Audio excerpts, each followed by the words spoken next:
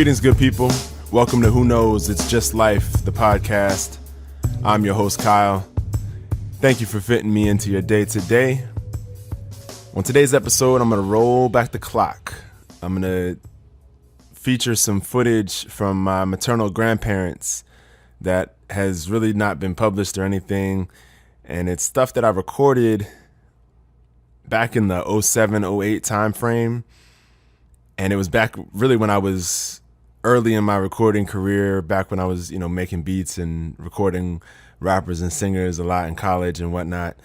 But I thought to bring my equipment up to Rhode Island while visiting my grandparents and record them telling stories and just talking about things that they remembered from growing up. And so that's what I'm going to feature today.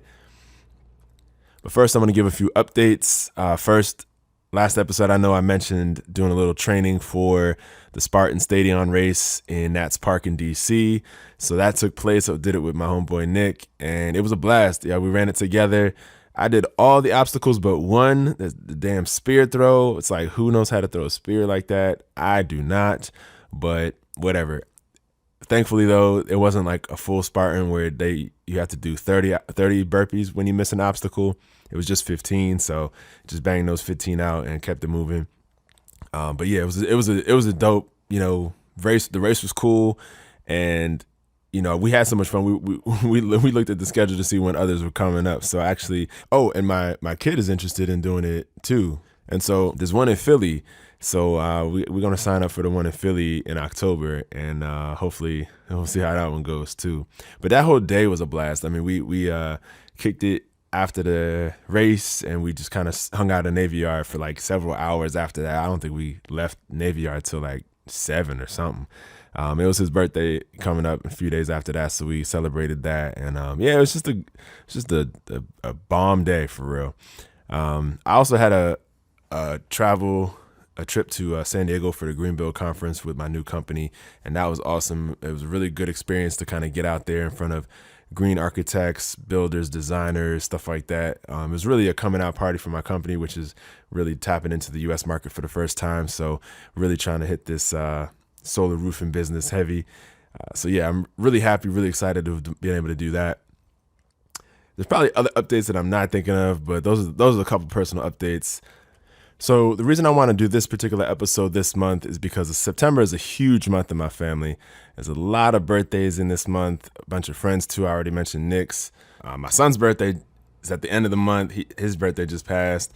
But my dad, my friends, my uncles, a bunch of family have birthdays this month. But particularly my mom's dad and her mom both have birthdays in September. My granddad just turned 90. He's my only living grandparent, and my grandma, her birthday was in early September.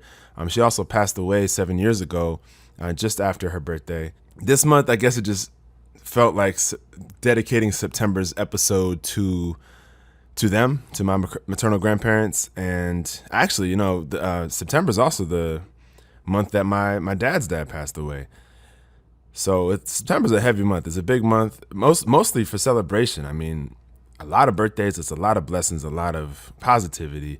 But a couple of family members transitioned, and went home this month too in the past. So anyway, I had this footage, and I recorded it a long time ago, and we just kind of had it, and I made a CD of it for my granddad to listen to. I don't even remember when I made it for him, and I don't even know if he listens to it still. But I thought, hey, with the podcast, and after having interviewed my mom on an episode, I figured, why not bring that footage back and, just put it out there and have that be a source of discussion. So I'm going to start it off with a clip of my grandma talking about being a teenager in Rhode Island and linking up with my granddad. I knew a boy from up the street, but he was just a friend. And when I was 16, he asked me to date him, go on a date with him, which I did. And now we have well, we have 4 children, 4 daughters, and we have 7 grandchildren. 6 boys and 1 girl. So that brings us up to date. We're all together here at the beach house. And Again. And when did you get married? We got married in 1952. Right in the winter time, because, yes, it was January 19th, and Frank was leaving for spring training in March, so we got married in January, and I went down south. Was baseball wife for 1 season. Yeah, I don't know if you caught that, but she said baseball wife for a season, which is crazy. Like, my granddad played minor league baseball. He was signed to a minor league baseball deal right out of high school. And yeah, so that was their experience for a bit. You're going to hear a little bit more about that. If you're familiar with the very first episode I ever did, it was about a little bit about baseball. So clearly baseball and the love of that sport is a multi-generational thing. You heard my mom, played softball and played catch with my granddad too. So yeah, you get a little bit more context as to why baseball is a thing for me. And I'll also say, I apologize for the quality of some of the audio here. I recorded this footage, quite a few years ago, and my experience was lower. But also, I was just recording in the middle of an open room, and so you're gonna hear some background noise. You're gonna hear myself, my cousin, my dad. I think all of us are gonna chime in at some point or another. So I appreciate your forgiveness on the audio quality, but I really think the content and hearing them speak is really impactful. So I'm going to cut to a clip of my granddad talking about his early childhood. One thing that's interesting is that he was born in a community that was all Italian. And when he was 3, they moved to a white part of town. In this clip, he uses the term American to refer to the town that they moved into, the part of town that they moved into. But yeah, I'll let him tell the story. Ended up in what they call not a ghetto, but it was all Italian people. They would, move into the same areas, and it was a poor area. But I was only 3 when my parents were able to buy a house away from this area, and where all Italians were. So my mother didn't speak English, so she moved into an area where most people spoke English. But there were a couple of neighbors that were Italian. So she was able to have a couple of friends. But I grew up in what we called an American neighborhood. And being Italian, you're made fun of and stuff like that. They were called spaghetti bender, wop. That was the nicknames they call Italians.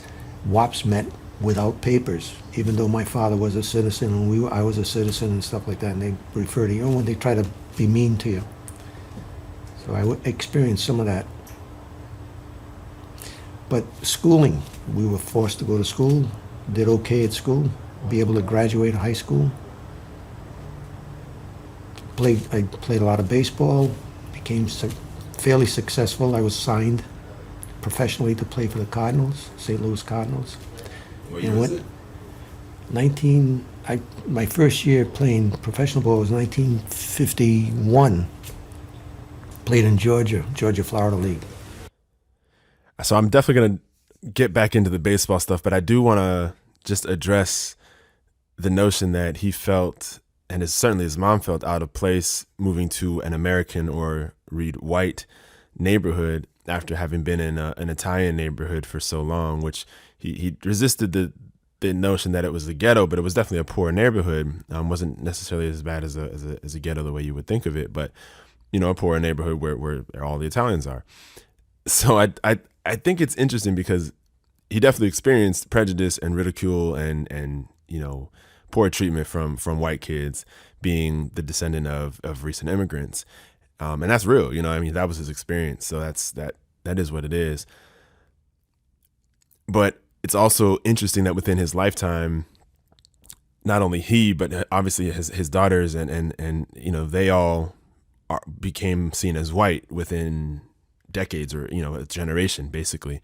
And I think that's a really interesting thing to point out. I actually took a class in college about that too, like when does a white immigrant become white, or I should say, when does a European immigrant become white, a white American? And I think it's interesting how at least in my mom's family, it was pretty quick. I mean, my granddad was made fun of as a kid, but in his life, I think he benefited from white privilege as an adult, and certainly his daughters were seen as white in their community. All right, so this next clip is going to be my grandma talking about her experience in Georgia. Now, my granddad's first year in minor league ball, my grandparents weren't married yet, but they did get married, as you heard in the first clip, in 1952, and that was in advance of my granddad's second year in the minor leagues. And so in this clip, you're going to hear my grandma talk about her experience in the Jim Crow South. Granted, they're both from Rhode Island.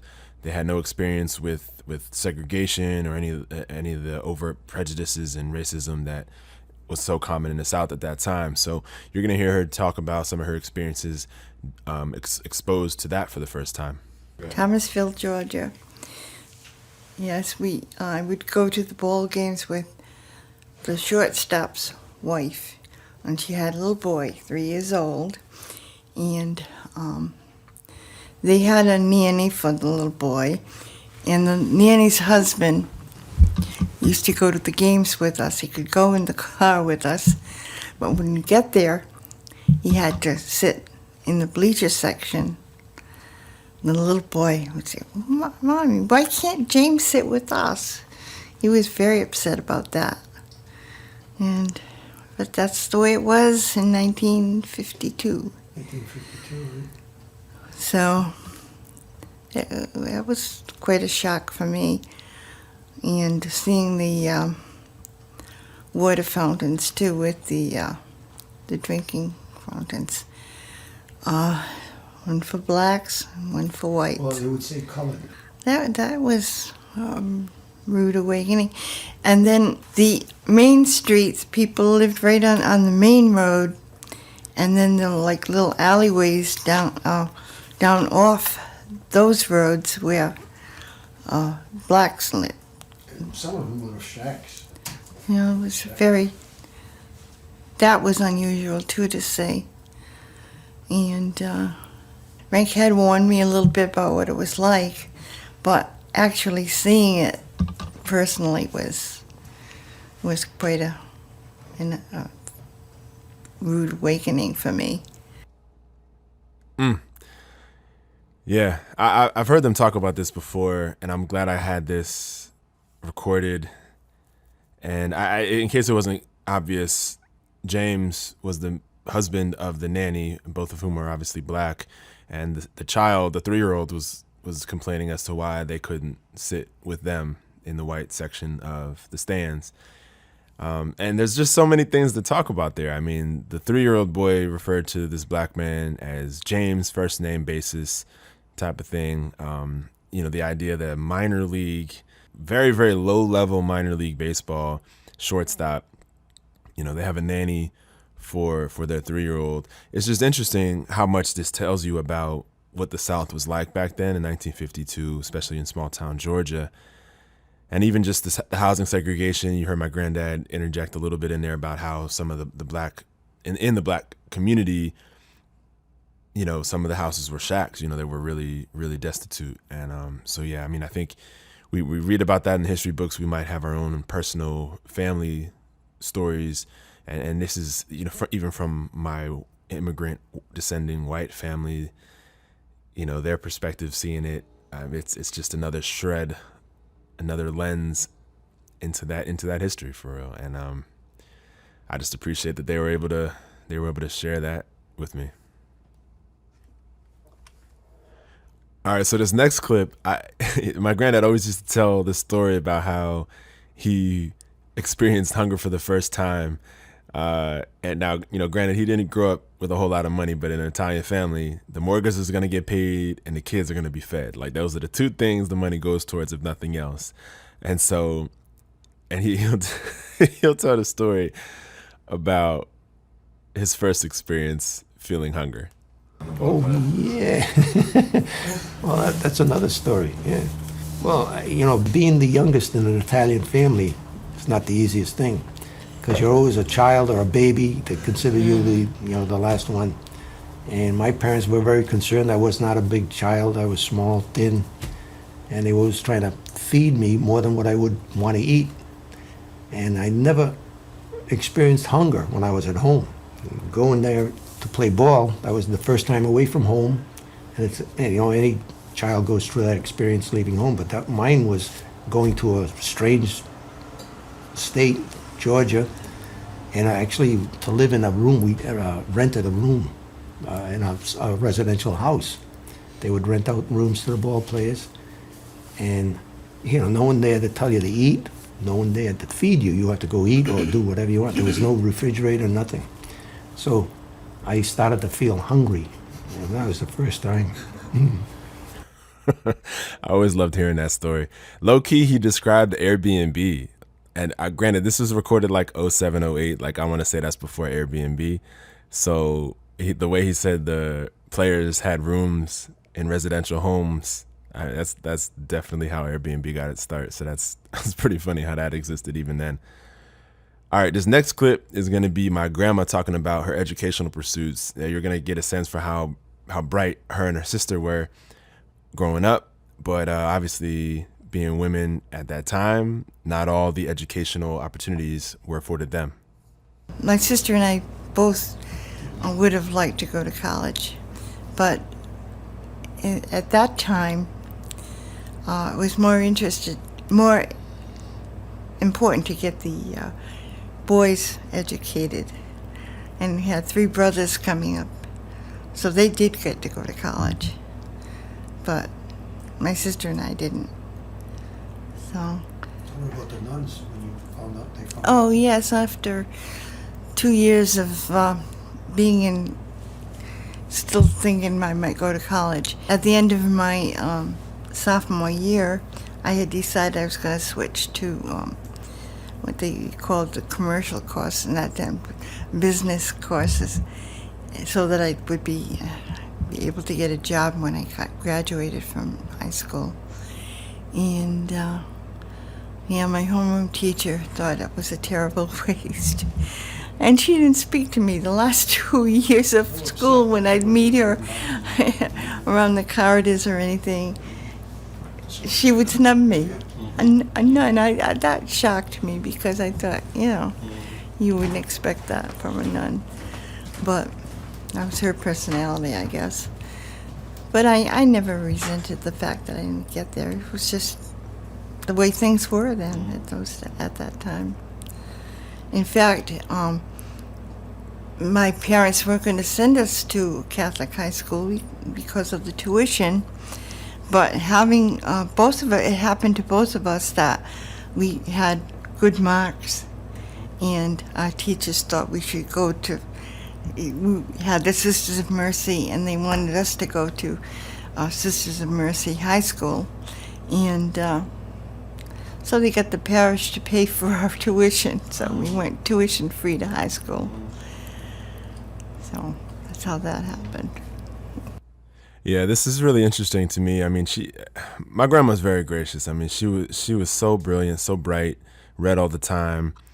I mean, it would have been amazing to see what she would accomplish if she had the opportunities that are afforded women today. I mean, I just wish times were different then. And she just graciously just understood that that's what it was. It was frustrating for me, though. Frustrating, and you're going to hear, it was a little frustrating for her sister, who's 3 years older than her. You're going to hear the difference between classical and business courses. Classical is really college prep, and business is for secretarial stuff to get you ready for jobs that you'll actually get as a woman, as opposed to the far off chance of going to college. It was more difficult for her, and this is why I switched, because she was 3 years ahead of me, and she took the what they called then the classical course for 4 years, and and then she wasn't ready to take a job, and but it just happened that her best friend's aunt was a nun at St. Xavier's, and she gave them, and she was in the business section, and she gave them courses on shorthanded typing on the side. So then I'm coming along, and I said, well, I better switch be easy to switch and go through the last 2 years. So that's what I did with secretarial work. But I liked that kind of work. I did like it. So much so that Frank wanted all his daughters to be secretaries. And Linda at one point says, Dad, I have a secretary. I'm not a secretary, but I have one secretary. Is that good enough? Thanks Dad in the background on that one. But yeah, so that's a taste of what my grandma and her older sister dealt with from a career standpoint. And it's just crazy that within high school you had to make that choice to make yourself hireable in the acceptable jobs for a woman at that time, which is crazy. Despite all that, as I mentioned, she was brilliant, and she gets that from her mom. And this next quick clip is just about her love for reading and where that came from. Yeah, my mother read to us from the time we were 2 or 3 years old, and then the first thing we did when we were old enough was, join the library, go to the library every other week, get a couple of books for 2 weeks, and go back. My father would correct us for if we used poor English or used incorrect English. My mother did too, but my father was really strict about it. My parents both read a lot, so we, just got that habit early. And what doesn't come through in the recording, I mean, my grandma was always reading books, thick books, novels, all kinds of books. And her favorite games were like Scrabble, and later she loved Quiddler, which is a card game that's kind of a Scrabble-inspired card game. And I couldn't stand playing with her because she always kicked my butt, and she's competitive too. So, and I think I mentioned that in an earlier show. She wouldn't let you win just because you're her grandkid. Like, she'll beat you. And with a smile on her face, too. All right, then one more clip from my grandma's childhood. You're going to hear my dad asking her if she played the piano. And one thing for sure, she always would sing. And so my dad was asking about her playing the piano. Didn't you play the piano? Yeah, Lila took lessons more than I did. And so she would play and I'd sing. I did take lessons for about a year, but she took for 3 or 4 years. That was difficult because it was a nun, and she was right across the street from, this is the elementary school, and I took lessons when I was in the 8th grade. We had, went right through to from first to 8th grade school, and the principal was my homeroom teacher, Sister Pancratius, and there was a Sister of Mercy that taught the piano lessons, and she was very strict that I get there at 3 o'clock, and so, when I tell the teacher I have to leave now, she was angry because I was leaving a little before 3 to get across the street because they were both strict. So I hated that day, piano lesson day, once a week, and both of them I had trouble. They were both strict teachers as far as the time went. So that kind of ruined it for me. All right, so this next clip, we're going to cut to my granddad talking about leaving baseball and entering the regular workforce. The way I ended playing professional ball wasn't my choice. The Korean War was on, and I received my induction notice to be inducted into the Army. told the club that I was with that I had to leave. Naturally, you have to go, you have to be inducted. So Jan and I drove back to Rhode Island in a 1940 Chevrolet. And when I got here, they were saying, well, maybe you can get reclassified. I was classified 1A to go into the service. Called the draft board.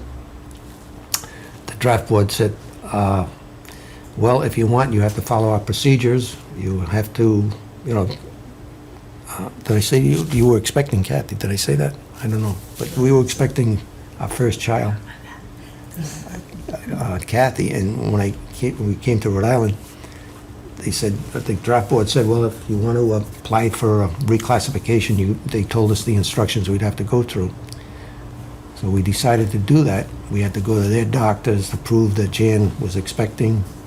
So we did that, and I was reclassified from 1A to 3A, and I didn't have to leave to be inducted into the Army.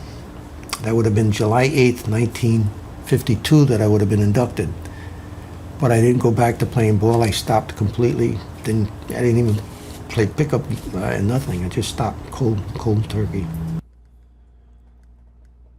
Yeah, and I kind of feel like in other stories that I've heard from him that he kind of regretted not doing the military. I think it clearly sounded like a joint decision, and obviously with my aunt on the way, it definitely made sense from a family standpoint. But there's a lot of military experience in his family, and you'll hear a little bit more about that later. And I feel like, so much of that generation's identity was in the wars that were fought and stuff like that. And I feel like, he may have wanted to. I don't know. I feel like some part of him might have wished he contributed to the country in that way. But ultimately, I think he made the right decision.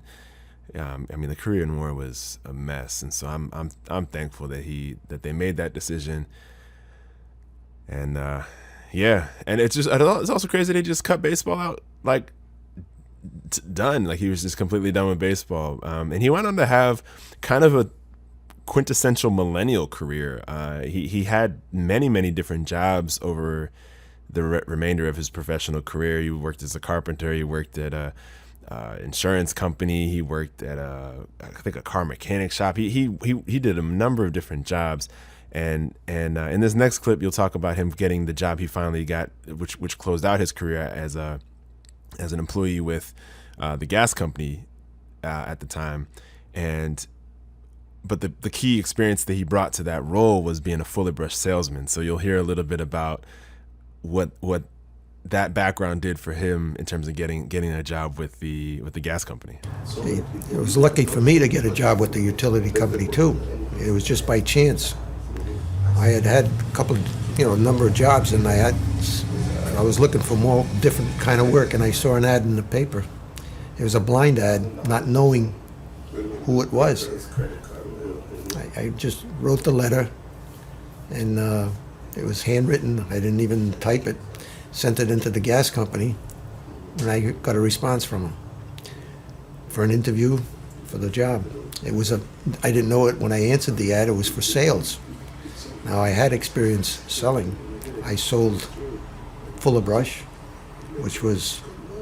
I did that and I earned pretty good money. That was a real good experience. If you wanted to learn how to sell, and if you were successful selling Fuller Brush, you had some talent. And it was door to door. At those days, people still answered the door. Nowadays, if you tried that, they wouldn't even answer the door. They wouldn't let you. They wouldn't even, well, first of all, they wouldn't be home because both spouses are working. But I learned a lot selling Fuller Brush. And from that experience, I did get a job later on from that. Well, that's how I earned money enough to buy a house, because I did well. I made money selling Fuller Brush. But I wanted to get away. That's tough. That's what they referred to cold turkey or cold canvassing. You're selling something that people don't want. That's selling. You go to a store, a clerk there, they call those clerks. They're not salespeople behind a counter, because you're going in there because you want something and you want to buy it. When you're approaching a door, the person doesn't want to buy anything, and you got to convince them to buy something. So that takes a little effort. And there's a little trickery, and you learn the tricks. How many do you like? I don't think you remember that. Assumption. close. That's referred to the assumption close. Yeah, I don't know if you caught my audio. I think it was inaudible, but I said, "How many would you like?" Which he referred to as the assumption close. He taught me that. He mentioned that statement a lot, where you go through your spiel as a salesperson. You say, "Oh, we got these different products." You kind of read their expression to kind of see what products they're most interested in, and then you say, "All right, well, I see. Maybe you're interested in this. How many would you like?" You don't say, "Would you like one?" Because if it's a yes or no question, it's easy to say no. But if you say, "How many would you like?" It's like there's so many numbers to choose from, and 0 is not the first one you think about. So anyway, that he has so many sales tricks that he learned from Fuller Brush, which still make me chuckle today, because he's not necessarily a purely capitalist person, as you'll hear a little bit later. He talks about the New Deal and some of what he thinks is missing in the way we deal with money and wealth and capital. So yeah. The next clip will be my grandma talking about her parents and how they wound up coming to the United States and some of their experiences here. My grandmother was French Canadian. Her family moved from Toronto to Michigan. My mother was born in Michigan. And my father was born in Scotland. His parents had just moved there from Ireland. And when he was 17 years old, he came to Rhode Island. He had an uncle here who was only 5 years older than my father. And he sponsored him. He came and lived with them. And it just happened that my mother her family had moved to Burrillville, Rhode Island, in the little village of Mapleville. And that's where my father was living with his uncle and aunt. And they met through my mother's brother. And then they married and had a daughter, Lila. And my father decided that he didn't like mill work and wanted to become an electrician. In those days, he had to go to Chicago to get educated to work for the electric company. And he stayed there for 6 months and came back, and they moved from Mapleville to Centerdale in North Providence to be a little closer to where he was working in downtown Providence. And then I came along, and 3 brothers came along after that. What year were you born? I was born in 1930. And we moved from North Providence, got a little closer to my father's work. We lived in Providence on River Avenue. And that's where I entered the first grade at St. Edward's School. And then my 3 brothers came along. And in the meantime, my parents had a house built on Hazel Street, and 2 streets over from River Avenue. And we lived there. And I was 11 years old when we moved there. What about the mills? So the textile mills encouraged your parents to come to Rhode Island? Was that the incentive for them? Yes. There wasn't much. My father lived in Scotland. There wasn't much for him there. He didn't like working in the coal mines. Came here, worked in the mills, but he didn't much care for that either. But he worked at Narragansett Electric Company until his retirement. I remember my mom telling him about how your mom always liked school and like going. Oh, my mother loved school, but she came from a large family. She had 8 brothers and 2 sisters, and she had to go to work at 14 years old. She's very good at it. She was a sewer in the textile mill. And the job was, when they'd get the rough material, they'd have to sew it and perfect it.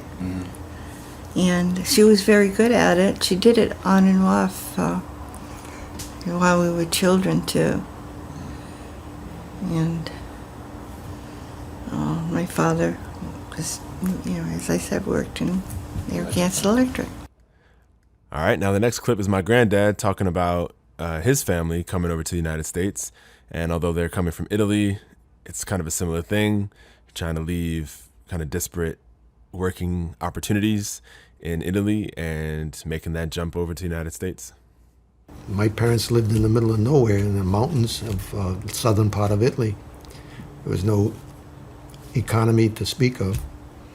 The only way you can earn money is either be a forest ranger or a cobbler or a tailor. And so my father decided he wanted to come to America. His father came too, before my father came here, and worked a little, but he died young. So he had visions of bringing his family to America. So he came over first, either 16 or around that year, to work. And the money he would earn, he would send to his wife and child at that time. So he served in the American Army in the First World War. And Didn't he serve in the Italian Army too? yes, before he came to America, he was in the Italian Army too. So he technically, he was in two countries' armies, one the Italian Army and then the American Army. So that was an experience. That's how we learned to speak English and become more Americanized, And he was, back in the old country, they didn't get any schooling to speak of. Maybe third, fourth grade was max.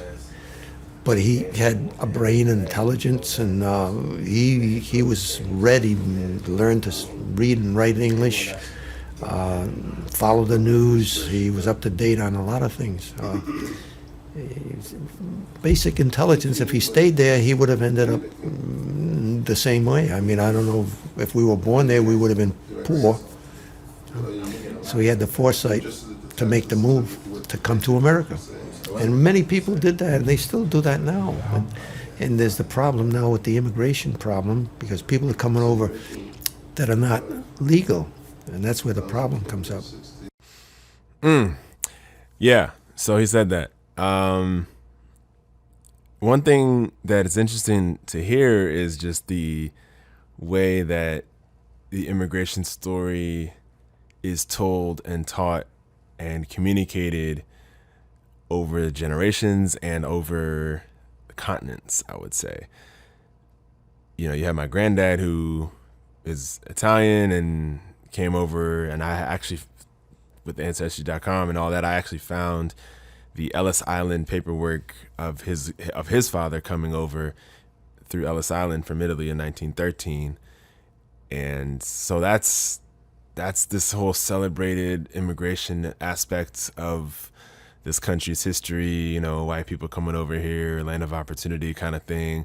Granted, there was still discrimination a little bit, but it pales in comparison to what, of course, indigenous people went through, what black people went through, of course, but also immigrants of other parts of the world as well. And I just think it's interesting that despite my granddad's family's history, he kind of fails to see, or just kind of succumb to the marketing, the propaganda of our contemporary propaganda around immigration. The whole legality of immigration is really just paperwork. It's really just, who the country wants to let in and make it available to come in legally. That's purely political, and I mean, it's racist in terms of its implementation. I don't know.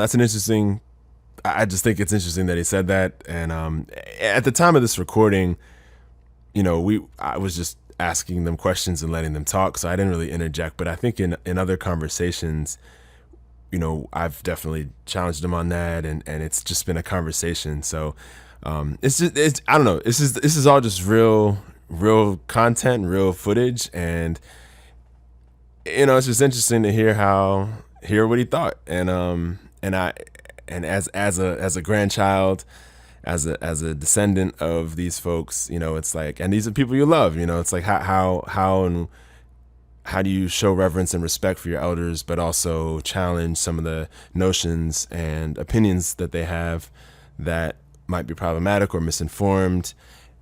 And so I don't know. I just think that's really interesting that he said that. I actually forgot that he said that, but I'm glad he did, because it's just it's a great launching point to having that conversation.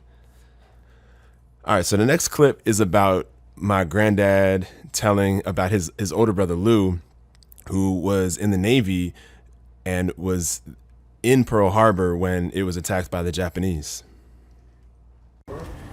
Well, at the time that the attack occurred, he was taking a shower on the battleship Tennessee. And general quarters sounded, and they're trained because they have many practice, for that event. And he said, the way he told me, he said, just put a towel on and ran to his battle station. His battle station was below deck. And he was an electrician's mate, and his job was just to keep the communications lines open throughout the ship. And he heard everything going on up above, the bombs, and he couldn't see anything, but he heard all the commotion. And so he didn't get hurt. His ship wasn't sunk because his ship was inboard. The West Virginia was on the facing the ocean, and the West Virginia received a torpedo, and that ship leaned over and hit his ship, which was leaning onto his ship. But his ship was only hit with a bomb from the airplane. It did some damage, but it didn't cripple it. But after the attack, they couldn't pull out because all the ships were all around, so it was a real mess trying to even get the ships to move out. But he survived that. But then, then they needed officers, and they started, looking for men that had, learning and capable of becoming officers. And he qualified. During the war, he was sent to college to become an officer. He got an engineering degree, electrical engineering degree. And by the time the war ended, he was an officer, but the war had ended. They did assign him to a ship, but eventually he left the Navy and became very successful. And he contributed to society. He did a lot of charitable work. He became a Knight of Columbus, became a Grand Knight. He helped build a what they call a vocational school. In the old days, they called it a trade school, but it's a vocational school. Kids that are definitely not going to go to college, he felt as though there was a need for them to get a good education, high school education, so they would come into this school and learn basic good English, math, some science, and also the trade that they would like to get into, carpentry or auto mechanics or whatever. And very successful. He had to do a lot of legwork to try to get the governors and everything, along with the Chamber of Commerce. He was a member of Chamber of Commerce, to get the money to build a school. He did a lot of work with that. Lobbying, basically, lobbying, yeah. And it was built, and it's very successful. It's helped a lot of people. All right, so we're coming down the home stretch. I do want to share a couple of clips. My grandma had a quick comment about what it was like in the Great Depression and the fact that her father worked for the electric company, kept his job during the Depression, and so they actually supported some other family members nearby. During the Depression, he kept his job.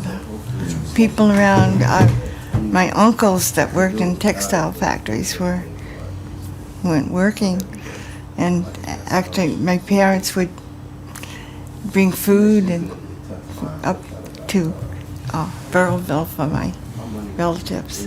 So. And then kind of from a macro standpoint, my granddad had some thoughts about the New Deal and a little critique that he has for capitalism the way it's run right now. He focuses on the idea of investing in human capital. I'll let him tell that. In the 30s, our country, the United States, was in tough shape economically. Roosevelt was elected president of the United States, and he took action contrary to what our people in power, the people that were in power, didn't like. He technically socialized some of the things that were in America, and that was a no-no for the wealthy. And what he did, he used government money to build roads, to build railroads, to build schools, and he paid those people with government money. They were able to work, earn money, buy food, buy goods that other manufacturers would make, and got the economy going again. But he invested in what they call now human capital, where the capitalists believe only in money to accumulate capital to get things done. But I think you got to have a balance. You got to invest in human capital as well as money. So what does human capital look like? What does that mean? Human beings, citizens, invest in them, schooling. That's a valuable asset. And it seems like nowadays they don't care about that. People talk about education and they want better education, but the government doesn't seem to have the money to build the colleges or to provide the tuition for kids to go to college. And that's what's going to hurt America. India and China. The story with India, I heard an Indian on a broadcast, not a broadcast, but an interview, was saying India way back had the caste system where the poor stayed poor no matter what. And the rich, the well-off, always stayed in their class. There was complete separation. In the last 20 years 25 years, India realized that they were wasting talent in that caste system. The poor people that were born, they realized those people could have brains just as good as someone that was born on the rich side. So we're wasting human resources. And they started to provide money and change that system, schooling and stuff. Now they're becoming a leading middle class, but I mean, the country itself is growing. They're a nuclear power now. They are taking jobs away from America, technical jobs, because they're more educated now, and they're doing well. Again, it was an investment in human capital, and people don't talk about that. I mean, they just think of accumulating money. Money does work. When people accumulate money and they use it in a good way, they give it to a guy that's got an invention that's going to help society or something like that. They invest in that, and that guy has money to buy the equipment, buy the building, and stuff like that. Great, it's gotten capital to work, but you got to do the other too. And I think both would be good for a country. And right now, we're just leaning just to accumulate wealth. Wealth is the important thing. Maybe we'll change. It's kind of hard. That's my thinking right now. I love how at the end of that he says, "That's my thinking right now." That's kind of the theme of the show. You know, the show is an expression of our thoughts right now, and they're liable to change. They're allowed to change. We give ourselves grace and the space to learn new things. So yeah, I appreciate his wording there, and he makes a good point. I think he's right on in the sense that we don't have enough social programs, enough things to give folks a true opportunity to succeed. I'm not gonna go to this. I'm not gonna get on my soapbox because I can go on for a while about the facade of the American dream and how this country doesn't really live up to that and never really has, and mired in racism, patriarchy, capitalism. I mean, it's really just not designed to do what it's been sold to do. But that's probably content for another show. Although what is still relevant for this show, though, is that in subsequent conversations, I have challenged my granddad on this notion that the New Deal was a blatant success. And I know my brother has too. And that was, I've read When Affirmative Action Was White a little bit more recently. But even before that, I knew that the New Deal was implemented locally, which is to say it was implemented in a racist way, especially based on the prejudices and the racist policies of the local governments that were actually tasked with doling out the benefits associated with the New Deal, the GI Bill, all that stuff. And I know, so he's very much a staunch Democrat because he sees, from his perspective, the benefits of the New Deal and some of the socialist type programs like that. While I agree with those programs in principle, at least the majority, just in a broad brush statement, as a black person, I can't ignore the fact that this country still operates within the context of white supremacy. And so, I'm like, well, what has the Democratic Party done specifically for black people? And he'll kind of give the whole rising tide lifts all boats thing, not as succinctly, but he'll basically say that. But I was like, one of his brothers, I believe, had jobs within the CCC and all the alphabet soup type programs, government programs that FDR did do. And I asked him, how many black people did your brother work with? And the answer was none. So, and it's not because there weren't any. It's because there were prejudices and racism baked into those programs. But I digress. I guess I have to give credit to my granddad and my parents for thinking the way they think and allowing me to learn and think the way I think, because I think that my thoughts are nothing more than an evolution and a generational difference, but still along the same spirit of their line of thinking. And I just appreciate their shoulders and their experience, their blood, sweat, and tears that they went through to make sure that I have the privileges that I've had and the opportunity to get here. So to take us home, I'm going to play a clip of my grandma talking about she was considering some job opportunities, and around that time was when yours truly comes into the world. So I'll let her tell that story. A woman that I had been typing for 17 years offered me a job in the city in her office. And I wasn't sure I wanted to take the job. I wanted to talk to all my family members, my husband, my daughters. So I called my daughter Ann in Maryland. And I told her the situation. And I said, well, you and Kathy haven't produced any grandchildren for me. And I'm thinking of going and having a little job in Providence. And there was complete silence on the other end. And I said, Ann, you want to tell me something? And she said, well, yeah, but I wanted to wait until we were in Rhode Island and told you face to face. But I said, you're pregnant? And she said, yes, but don't tell anybody else. And she said, because I want to tell them myself. So I had to keep this secret for about a month and a half until she and her husband came to Rhode Island at a beach house. And so we're very excited about that. And everybody knows now. So April came along, and I got a call. You have a baby boy.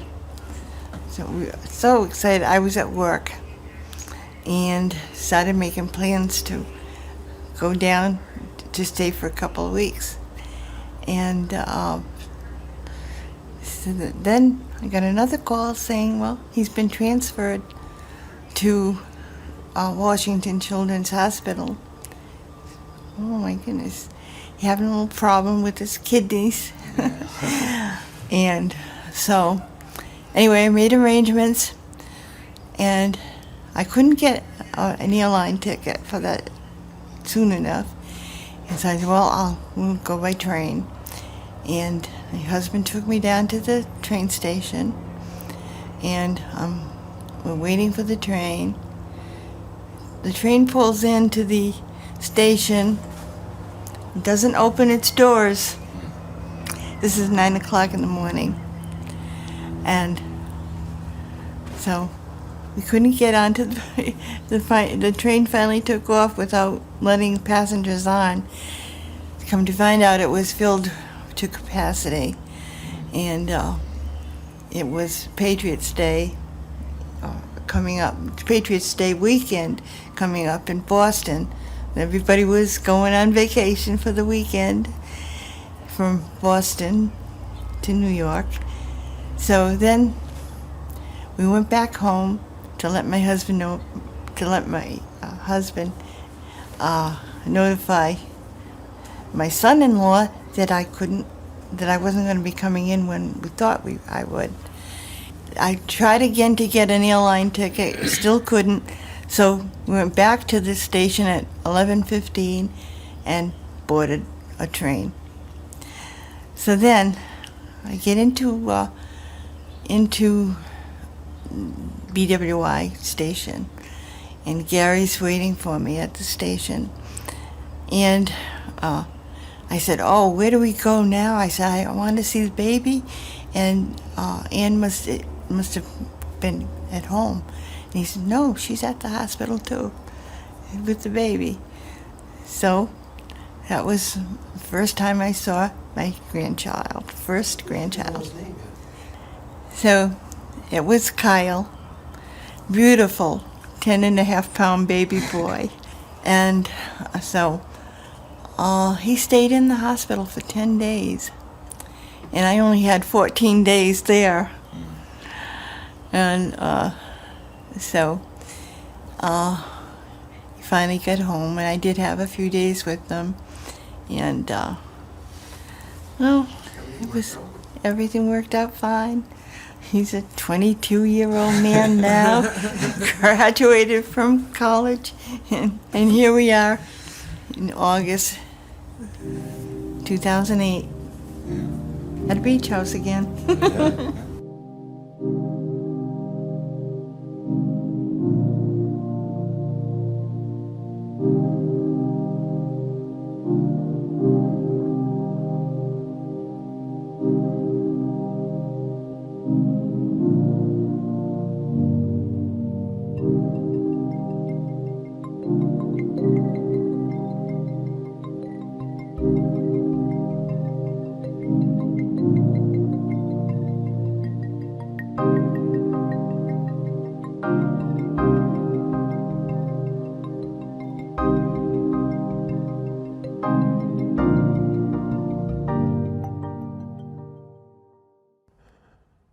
Rest in peace to my grandma, Janice Keels and Gary. It's so good to hear your voice again. And I also want to thank my granddad, Frank Zangari, for his vocals as well. This is a lot, and it's really, I'm just so thankful that I have this footage of my grandparents. I mean, that was, some years ago, and times have changed. People have passed on. And one thing I didn't mention earlier is that my granddad's starting to lose his memory. His mind isn't as sharp as it was. And so it's a struggle. It's tough when folks you love, folks that blaze trails for you, get older and lose parts of themselves, lose parts of what made them them. I will say I remember playing Pepper with my granddad. I think in my mom's episode, I think she mentioned playing Pepper with my granddad, which, if you're not familiar, it's a little close range game where somebody uses a baseball bat and taps a ball to somebody with a glove, and it's just a nice little friendly close range, fielding drill and bunting drill. And I played that with my granddad. I mean, he was probably 60, 70 maybe when he was still playing that. His hands were so smooth. I was like, man, I can tell you played some baseball in your day. And my grandma too, just with her knowledge, and her love of reading, always did the crossword puzzles too. And the theme too was the beach. I mean, the beach was a thing we did every year. Literally my whole life, we spent at least a week, maybe 2 weeks at the beach, and my grandparents, thankfully blessed that they were able to foot the bill for that. And and just the fact that we were able to have that time and space with them was was amazing. Plus, I was also with extended family. I was with my cousins, aunts, and uncles and stuff too. So that space was memorable. I'll cherish those memories. And as I mentioned in a couple episodes ago, I mean, we're keeping that alive in a new way with my generations. We're all adults now, so we're keeping it alive in a new way. But those memories are always cherished, and yeah, it's just, I'm just glad I was able to record over a couple of years at that time. Yeah, so that's a wrap for this episode. I appreciate you rocking with me today. The song I'm rocking to right now is from an EP by Thames that just dropped earlier this month. It's called Vibe Out. And really the whole EP is dope and it's fire, but the one I favorited on Spotify is Vibe Out. But really, like, the whole joint is flame. So it's only a few songs, like maybe 6 songs or something like that. But that's a song that I'm really rocking to right now. As always, if you have any questions, feedback for me on this show or any other prior show, get at me on Instagram at RealDadult. That's RealDadult. Also, if you have any ideas for future episodes, you can hit me up in the same spot. Anyway, yeah, appreciate you rocking with me. Hope to catch your ear next time.